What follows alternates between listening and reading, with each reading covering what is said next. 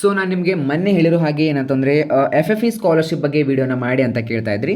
ಹೌದು, F F E scholarship ಬಂದುಬಿಟ್ಟು one of the trusted, genuine ಮತ್ತು ಇದು 100% ಸೆಲೆಕ್ಷನ್ ಆದಂಥ ವಿದ್ಯಾರ್ಥಿಗಳಿಗೆ ಬರುವಂತಹ ಸ್ಕಾಲರ್ಶಿಪ್.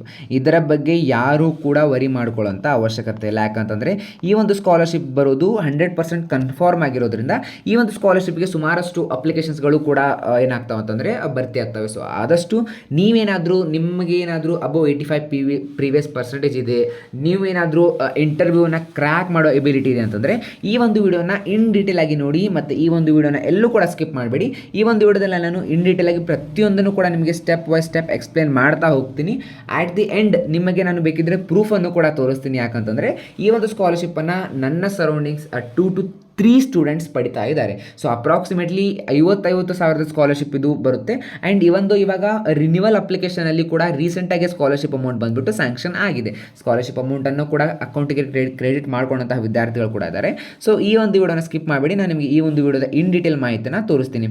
ಸೊ ಫಸ್ಟ್ ಬಂದುಬಿಟ್ಟು ಎಫ್ ಎಫ್ ಅನ್ನೋದು ಬಂದುಬಿಟ್ಟು ಫೌಂಡೇಶನ್ ಫಾರ್ ಎಕ್ಸಲೆನ್ಸ್ ಅನ್ನೋ ಒಂದು ಇದೊಂದು ಗ್ರೂಪ್ ಆಫ್ ಕಂಪನಿ ಆಗಿರೋದ್ರಿಂದ ಇವರೇನು ಮಾಡ್ತಾರೆ ಅಂತಂದರೆ ಫೈನಾನ್ಷಿಯಲಿ ಯಾರು ವೀಕ್ ಇರ್ತಾರೆ ಮತ್ತು ಯಾರು ಅಕಾಡೆಮಿಕಲಿ ಚೆನ್ನಾಗಿರ್ತಾರೆ ಅಂತಹ ವಿದ್ಯಾರ್ಥಿಗಳನ್ನು ಚೂಸ್ ಮಾಡಿಬಿಟ್ಟು ಅವ್ರಿಗೇನಂತಂದರೆ ಅವರ ಒಂದು ಹೋಲ್ ಕೋರ್ಸ್ ಫೀಸ್ ಆಗಿರ್ಬೋದು ಮ್ಯಾಕ್ಸಿಮಮ್ 50,000ವರೆಗೂ ಕೂಡ ಅವರ ಒಂದು ಪರ್ ಇಯರ್ ಫೀಸನ್ನು ಅವರು ಕವರ್ ಮಾಡ್ತಾರೆ. ಇದು ಇನ್ಕ್ಲೂಡಿಂಗ್ ಫುಡ್ ಆಗಿರ್ಬೋದು, ಇನ್ಕ್ಲೂಡಿಂಗ್ ಹಾಸ್ಟೆಲ್ ಆ್ಯಂಡ್ ಇಷ್ಟೇ ಅಲ್ಲ ಇನ್ಕ್ಲೂಡಿಂಗ್ ಅಕಾಡೆಮಿಕ್ಸ್ ಕೂಡ, ಕಾಲೇಜ್ ಫೀಸಿಂದ ಹಿಡಿದು ಟ್ಯೂಷನ್ ಫೀಸ್ವರೆಗೂ ಕೂಡ ಅವರು ಅದನ್ನ ಆ್ಯಡ್ ಮಾಡ್ತಾರೆ. ಸೊ ಇದು ಯಾವ ರೀತಿ ಇರುತ್ತೆ ಅಂತಂದರೆ ಪ್ರೊಸೀಜರ್ ಫಸ್ಟ್ ಬಂದುಬಿಟ್ಟು ಆನ್ಲೈನ್ ಅಪ್ಲಿಕೇಶನ್ ಇರುತ್ತೆ. ಸೊ ಆನ್ಲೈನಲ್ಲಿ ನೀವೇನಂತಂದರೆ ಅವರು ಆನ್ಲೈನ್ ಅಪ್ಲಿಕೇಶನ್ನ ಇನ್ವೈಟ್ ಮಾಡ್ತಾರೆ. ಸೊ ನೀವು ಬಂದುಬಿಟ್ಟು ಪ್ರಿಲಿಮಿನರಿ ಅಪ್ಲಿಕೇಶನ್ ಮತ್ತು ಮೇನ್ ಅಪ್ಲಿಕೇಶನ್ ಅಂತ ಇರುತ್ತೆ. ಸೊ ಪ್ರಿಲಿಮಿನರಿ ಅಪ್ಲಿಕೇಶನ್ನ ಅಪ್ಲೈ ಮಾಡಿದ ನಂತರ ನಿಮಗೆ ಅಪ್ರಾಕ್ಸಿಮೇಟ್ಲಿ 2 to 3 ಡೇಸಲ್ಲಿ ಒಂದು ಕನ್ಫರ್ಮೇಷನ್ ಮೇಲ್ ಬರುತ್ತೆ. ಸೊ ಪ್ರಿಲಿಮಿನರಿ ಡೀಟೇಲ್ಸನ್ನು ಯೂಸ್ ಮಾಡ್ಕೊಂಡ್ಬಿಟ್ಟು ನೀವು ಮೇನ್ ಅಪ್ಲಿಕೇಶನನ್ನು ಹಾಕಬೇಕಾಗುತ್ತೆ. ಸೊ ಅದಾದ ನಂತರ ಏನಪ್ಪ ಅಂತಂದರೆ ವೆರಿಫಿಕೇಷನ್ ಆಗುತ್ತೆ. ಸೊ ಆನ್ಲೈನಲ್ಲಿ ನೀವು ಅಪ್ಲಿಕೇಶನ್ ಹಾಕಿದ್ರಿ, ಸೊ ಅದರ ಒಂದು ಜೆನ್ಯೂನ್ಯಾನಿಟಿ ಎಷ್ಟು ಅದು ಇನ್ಫಾರ್ಮೇಷನ್ ಕರೆಕ್ಟ್ ಆಗಿದೆ ಅನ್ನೋದನ್ನು ಕೂಡ ವೆರಿಫೈ ಮಾಡಿಬಿಟ್ಟು ವೆರಿಫಿಕೇಷನ್ ಪ್ರೊಸೆಸ್ ಆದ ನಂತರ ಏನಂತಂದರೆ ನಿಮಗೆ ಡಾಕ್ಯುಮೆಂಟನ್ನು ಸಬ್ಮಿಟ್ ಮಾಡಲಿಕ್ಕೆ ಹೇಳ್ತಾರೆ. ಫಾರ್ ಎಕ್ಸಾಂಪಲ್ ನೀವೇನು ಮಾಡ್ತೀರಾ ಅಂತಂದರೆ ಪ್ರೀವಿಯಸ್ ಇಯರ್ ಪರ್ಸೆಂಟೇಜ್ ಬಂದುಬಿಟ್ಟು ನಿಮ್ಮದು 95 ಆಗಿದೆ ಆ್ಯಂಡ್ ನೀವು ಬಂದುಬಿಟ್ಟು ಈ ಕ್ಯಾಟಗರಿ ಅಂಡರ್ ಬರ್ತೀರಾ, ನಿಮ್ಮ ಒಂದು ಫ್ಯಾಮಿಲಿ ಇನ್ಕಮ್ ಇಷ್ಟಿದೆ, ಈ ರೀತಿ ನೀವು ಏನಾದರೂ ನೀವು ಮಾಹಿತಿಯನ್ನು ನೀಡಿರ್ತೀರಲ್ಲ. ಸೊ ಆ ಒಂದು ಮಾಹಿತಿ ರಿಗಾರ್ಡಿಂಗ್ ಬಂದುಬಿಟ್ಟು ಇವರೇನು ಮಾಡ್ತಾರೆ ಅಂತಂದರೆ ಸ್ಕಾಲರ್ಶಿಪ್ಗೆ ರಿಲೇಟೆಡ್ ಇರುವಂತಹ ಡೀಟೇಲ್ಸ್ಗಳನ್ನು ಕೇಳ್ತಾರೆ. ಫಾರ್ ಎಕ್ಸಾಂಪಲ್ ನಿಮ್ಮ ಒಂದು ಬೋನಫೈಡ್ ಡೀಟೇಲ್, ನಿಮ್ಮ ಒಂದು ಕಾಲೇಜ್ ID ಕಾರ್ಡ್ ಆಗಿರ್ಬೋದು, ನಿಮ್ಮ ಬ್ಯಾಂಕ್ ಪಾಸ್ಬುಕ್, ಆಧಾರ್ ಕಾರ್ಡ್, ನಿಮ್ಮ ಒಂದು previous year marks card and current ನೀವು ಫೀಸ್ ಕಟ್ಟುವಂಥ ಪ್ರೂಫ್, ಈ ರೀತಿ ಒಂದು 6 to 8 ಡಾಕ್ಯುಮೆಂಟ್ಸನ್ನು ಇವರಿಗೆ ನೀವು ಸಬ್ಮಿಟ್ ಮಾಡಬೇಕಾಗುತ್ತೆ. ಸೊ ಅದಾದ ನಂತರ ನಿಮಗೆ ಸೆಲೆಕ್ಷನನ್ನು ಅನೌನ್ಸ್ ಮಾಡ್ತಾರೆ. ಸೊ ಇದಕ್ಕಿಂತ ಪ್ರೀವಿಯಸ್ಲಿ ಒಂದು ಚಿಕ್ಕ ಪ್ರೊಸೀಜರ್ ಏನು ನಡೆಯುತ್ತೆ ಅಂತಂದರೆ ಇಲ್ಲಿ ಇಂಟರ್ವ್ಯೂ ಒಂದಾಗುತ್ತೆ. ಯಾಕಂತಂದರೆ ಇವಾಗ for example each and every stream, medical ಸ್ಟ್ರೀಮಲ್ಲಿ ಇವರು ಒಂದು 100 ಪೀಪಲ್ಸನ್ನು ಸೆಲೆಕ್ಟ್ ಮಾಡ್ತಾರೆ, ಲಾದಲ್ಲಿ 100 ಪೀಪಲ್ಸ್, ಈ ರೀತಿ ನಾರ್ಮಲ್ ಡಿಗ್ರಿಯಲ್ಲಿ 100 ಪೀಪಲ್ಸ್, ಇಂಜಿನಿಯರಿಂಗಲ್ಲಿ 100, ಈ ರೀತಿ ಸ್ಟೂಡೆಂಟ್ಸ್ಗಳನ್ನು ಇವರು ಸೆಲೆಕ್ಟ್ ಮಾಡ್ತಾರೆ. ಸೊ ಫಸ್ಟ್ ಏನಪ್ಪ ಅಂತಂದರೆ ನೋಡಿ ಯಾವ ವಿದ್ಯಾರ್ಥಿಗಳನ್ನ ಅಪ್ಲೈ ಮಾಡ್ಬೋದು ಅಂದರೆ, so first only professional degree ವಿದ್ಯಾರ್ಥಿಗಳು ಲೈಕ್ BE ಆಗಿರ್ಬೋದು, ಡ್ಯುವಲ್ ಡಿಗ್ರಿ MTech ಆಗಿರ್ಬೋದು, ಆ್ಯಂಡ್ ದೆನ್ MBBS ಮತ್ತು LLB ಸ್ಟೂಡೆಂಟ್ಸ್ ಇದನ್ನು ಅಪ್ಲೈ ಮಾಡ್ಬೋದು. ಓನ್ಲಿ ಫಸ್ಟ್ ಇಯರ್ ಸ್ಟೂಡೆಂಟ್ಸ್ ಇಲ್ಲಿ ಮೆನ್ಷನ್ ಮಾಡಿದ್ದಾರೆ. ನೀವೇನಾದರೂ ಈ ವರ್ಷ ಫಸ್ಟ್ ಇಯರ್ ಸ್ಟೂಡೆಂಟ್ ಆಗಿ ಈ ಒಂದು ಇಂಜಿನಿಯರಿಂಗ್ ಕೋರ್ಸ್ಗಳೇ ಆಗಿರ್ಬೋದು, BTech ಕೋರ್ಸ್ಗಳಿಗೆ ಆಗಿರ್ಬೋದು, MTech MBBS ಈ ರೀತಿ ಕೋರ್ಸ್ಗಳನ್ನು ಮಾಡ್ತಾ ಇದ್ದರೆ ನೀವು ಕೂಡ ಈ ಒಂದು ಸ್ಕಾಲರ್ಶಿಪ್ಗೆ ಎಲಿಜಿಬಲ್ ಆಗ್ತೀರಾ. ಸೊ ಅಪ್ಲಿಕೇಶನ್ ಬಂದುಬಿಟ್ಟು ಆಫ್ಟರ್ PU ವಿದ್ಯಾರ್ಥಿಗಳು ಮಾತ್ರ ಅಪ್ಲೈ ಮಾಡೋದು. ಮತ್ತು ಅಷ್ಟೇ ಅಲ್ಲ, ನೀವು ನಿಮ್ಮ PUCಯನ್ನು ಫಸ್ಟ್ ಅಟೆಂಪ್ಟಲ್ಲೇ ಕ್ಲಿಯರ್ ಮಾಡ್ಕೊಂಡಿರಬೇಕು. ಸೊ ಅದಾದ ನಂತರ ನಿಮಗೆ ನ್ಯಾಷನಲ್ ವೈಸ್ ಯಾವುದಾದ್ರೂ ಎಕ್ಸಾಮ್, ಫಾರ್ ಎಕ್ಸಾಂಪಲ್ MBBSನವ್ರಿಗೆ ಇವಾಗ ಇದು ಇರುತ್ತಲ್ವಾ, ಸೊ ನೀಟ್ UG ಇರುತ್ತೆ, ಸೊ ನೀಟ್ PG ಇರುತ್ತೆ. ಸೊ ಅದಾದ ನಂತರ AIPGET, ಫಾರ್ ಎಕ್ಸಾಂಪಲ್ ಆಯುಷ್ ವಿದ್ಯಾರ್ಥಿಗಳಾದರೆ AIPGET ಕ್ರ್ಯಾಕ್ ಮಾಡಿದಂಥವ್ರು. ಸೊ ಇನ್ನು LLB ವಿದ್ಯಾರ್ಥಿಗಳಿಗೆ ಕ್ಲಾಟ್ ಎಕ್ಸಾಮ್, ಈ ರೀತಿ ಅಥವಾ ಸ್ಟೇಟ್ ಯಾವುದೇ ಒಂದು ನೀವು ಎಕ್ಸಾಮನ್ನು ಕೂಡ ಕ್ಲಿಯರ್ ಮಾಡಿದರೆ ಸಾಕು, ಇಲ್ಲಿ ನಿಮಗೆ ಸ್ಕಾಲರ್ಶಿಪ್ ಅನ್ನೋದು ಸಿಗುತ್ತೆ. ಸೊ ಇಲ್ಲೊಂದು ನೋಟ್ ಕೊಟ್ಟಿದ್ದಾರೆ, ಅದನ್ನು ಕೂಡ ಓದ್ಕೊಳ್ಳೋಣ. So diploma student admitted to BE BTech course on lateral base or not, for example ನೀವು ಡಿಪ್ಲೊಮಾ ಮಾಡಿಬಿಟ್ಟು ಇಂಜಿನಿಯರ್ಗೆ ಸೇರ್ತಾ ಇದ್ದಾರೆ ಅಂದರೆ ನೀವು ಈ ಒಂದು ಸ್ಕಾಲರ್ಶಿಪ್ಗೆ ಎಲಿಜಿಬಲ್ ಆಗೋದಿಲ್ಲ. ಸೊ ಇನ್ನು ಡಾಕ್ಯುಮೆಂಟ್ಸ್ ಯಾವ್ಯಾವಪ್ಪ ಅಂತಂದರೆ 12th mark sheet, entrance rank certificate. So ಇಲ್ಲಿ ರ್ಯಾಂಕ್ ಸರ್ಟಿಫಿಕೇಟಲ್ಲಿ ನೀವು just photo, if in case ನಿಮ್ಮ ರ್ಯಾಂಕ್ ಏನಾದರೂ ಏನಪ್ಪ ಅಂತಂದರೆ ಸ್ಟಿಕ್ ಮಾಡಿದರೆ ಅದನ್ನು ಕೂಡ ನೀವು ಫೋಟೋ ತೆಗೆದಿಲ್ಲ ಅಪ್ಲೈ ಮಾಡ್ಬೋದು. ಅದಾದ ನಂತರ ಫ್ಯಾಮಿಲಿ ಇನ್ಕಮ್, ಐದರ್ ನಿಮ್ಮ ಹತ್ರ ಏನಾದರೂ ಇನ್ಕಮ್ ಸರ್ಟಿಫಿಕೇಟ್ ಇದ್ದರೆ income certificate, father salary certificate ಇದ್ದರೆ ಸ್ಯಾಲ್ರಿ ಸ್ಲಿಪ್ ಅಥವಾ IT ರಿಟರ್ನ್ ಕೂಡ ಅಪ್ಲೈ ಮಾಡ್ಬೋದು. ಸೊ ಅದಾದ ನಂತರ Aadhaar card, tuition, hostel, mess fees receipt, bank passbook, ಸೇಲ್ದಾಗೆ bonafide and fee structure by college fee structure ಕೊಡ್ತಾರೆ. ಅದಾದ ನಂತರ parents or guardian declaration. So ಇದೊಂದು ಫಾರ್ಮ್ ಇರುತ್ತೆ, ನೀವು ಸೆಲೆಕ್ಷನ್ ಆದ ನಂತರ ಈ ಫಾರ್ಮ್ ನಿಮಗೆ ಜನ್ರೇಟ್ ಆಗುತ್ತೆ. ಸೊ ನೋಡ್ಬೋದು ಮ್ಯಾಕ್ಸಿಮಮ್ ರ್ಯಾಂಕ್ಗಳು ಎಷ್ಟಿರಬೇಕಂದ್ರೆ, ಇಫ್ ಇನ್ ಕೇಸ್ ನೀವು JEE IIT NIT ಅವರಾದರೆ ಮ್ಯಾಕ್ಸಿಮಮ್ 90,000ವರೆಗೆ ರ್ಯಾಂಕ್ ಬರಲಿ.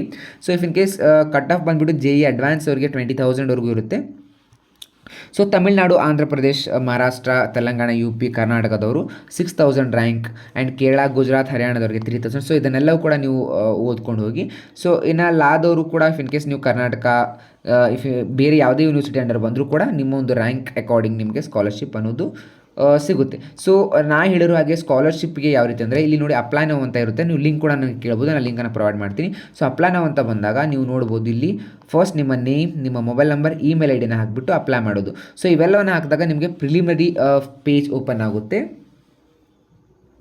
ಸೊ ಅಷ್ಟು ನೀವೇನಾದರೂ ಹಾಕಿದ ನಂತರ ಇವಾಗ ಆಲ್ರೆಡಿ ಸಬ್ಮಿಟೆಡ್ ಅಪ್ಲಿಕೇಶನ್ ಸಕ್ಸಸ್ಫುಲಿ ಅಂತ ಬರುತ್ತೆ. ಸೊ ಅದರ ಮೇಲೆ ಓಕೆ ಕೊಟ್ಟರೆ ಇಲ್ಲಿಗೆ ಇಷ್ಟೆಲ್ಲ ಆದ ನಂತರ ನಿಮ್ಗೆ ಏನಂತಂದರೆ ಒಂದು ಕನ್ಫರ್ಮೇಷನ್ ಮೇಲ್ ಬರುತ್ತೆ.